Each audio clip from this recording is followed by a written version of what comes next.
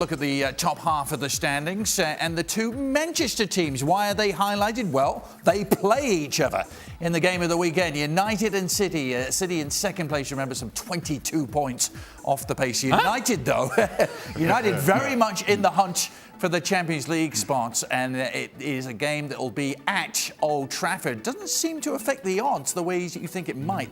Manchester United 4-1 outsiders to win. You can only get 5-8 on Manchester City, 13-4 on the draw. Let's bring Ian Darke into the conversation. Ian, I know you watched Manchester United in the FA Cup last night in Derby. These are two teams banging form at the moment. United unbeaten in 9, City have won 5 straight. Yeah, and Manchester United have kept 7 clean sheets, and as everybody's been saying, they do look a different team since Bruno Fernandes has come into the team. He's given them a spark. They've got a little bit of a swagger about them now. I'm hearing that Harry Maguire, who missed the Derby game, he rolled his ankle in training. He's going to be fit for the game, so they're going to be more or less at full strength, except possibly without Aaron Wan-Bissaka at right back, because he hasn't trained all week, so I doubt he plays. So that's one little weak point. Kevin De Bruyne not fit for Manchester City. But United have won 2 of the 3 meetings this season. They're on a confident run. They've done well in the big games this year. There's a feeling they might be turning a corner. And I think those odds of, 4-1 against Manchester United are quite tempting. I think they could possibly get at least a point from this. Yeah, the odds do seem a little generous. Ian mentioned the meetings this year. Remember in the Carabao Cup, Manchester United winning that second leg 1-0 after they'd lost 3-1. But that Premier League meeting, only back on December the 7th at the Etihad, United winning 2-1. Ali, what are you expecting heading into this? Well, first of all, I love the commitment by Ian in saying, oh, well, you know, those odds are tempting. So they could maybe possibly get a point out of this. They're so tempting that I'm not tempted. I'll tell you this much. I really do think that while Manchester United have looked better with Bruno Fernandes on the field, and I do think that they have taken a few steps forward, let's not forget where this team was. And so the bar was very, very low, exceptionally low for Manchester United. And so anytime that they do something well, it feels like, oh, hey, yes, we found something. There's no question that Bruno Fernandes is a good player. There's no question that they've looked better.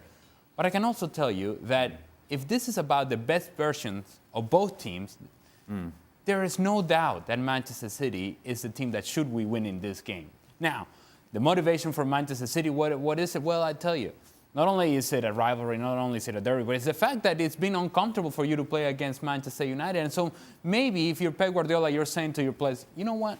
It's about this. It's about time that we really send a message to them, to everybody in Manchester, to ourselves, that we generate the sort of momentum that we want to continue towards the end of the season so that we are the sort of team that could potentially win Champions League, which is the goal that they have in mind. And in order to do that, Manchester City has to continue to play better. There is no doubt in my mind that Manchester City should go into Old Trafford, should be the favourite, and should win this game. For United, though, Shaggy, not just Bruno Fernandes, Ighalo has stepped up and contributed. He has, and took his 2 goals against Derby very well indeed.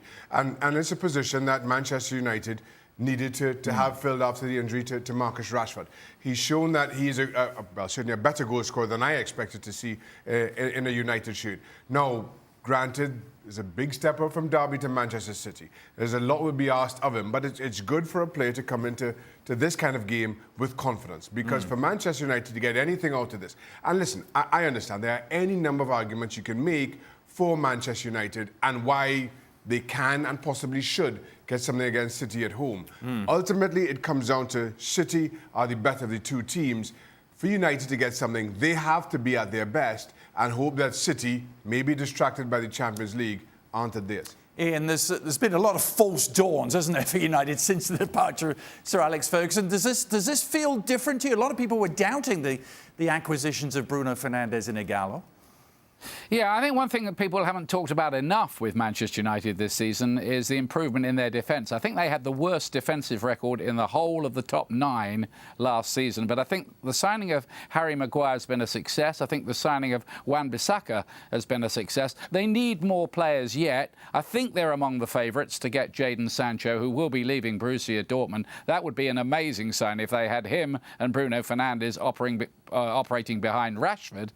you'd start to take them a bit more seriously. But I'm going to go on a limb here. I know Ali's taking the mickey at me a bit here. I think United might win this game. All right. I do. There he is. I was going to ask for predictions, so there you have it. 1-1 for United. Ali, you going down that 4-1 route as well? No, I'm not. And you can keep your Odion Igalo if you want to. And that, if that's what you want to depend on goals, then go ahead and do that. I'm going to take the squad from Manchester City, and I'm going to take the best version of Manchester City. I think that's still better than most teams in Europe. All right, so you get the deciding vote, Shaq. Yeah, as I said, there are any number of arguments you can make for United, but this is City's to lose. They've been the better of the two teams. I think this is about a lot of bragging rights for them. City win it.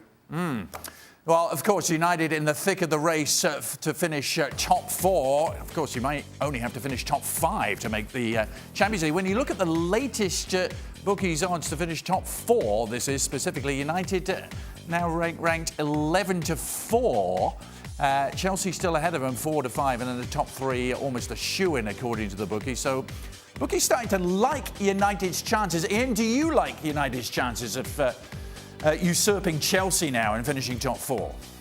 Well, Chelsea have got the advantage because they've got the points in the bag, and you shouldn't underestimate that. But they've got a few injuries at the moment. I wonder if they're going to have to play this young starlet Billy Gilmour this weekend. It was got a lot of rave notices in midweek. But don't underestimate Wolverhampton Wanderers. They're right in there. They've had a long season. They don't make very many mistakes, and they've got an experienced squad. They won away at Tottenham, and I wonder whether they are the dark horses in this top 4 race. What odds are they?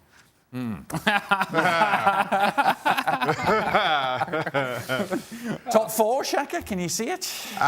For Wolves, yes. What about United? For United? He doesn't care about Wolves. Yeah, no, well, for United, yes. All of a sudden, things have started to come good. Yeah. And again, this hinges on somebody else, namely Chelsea, and how they continue to stutter.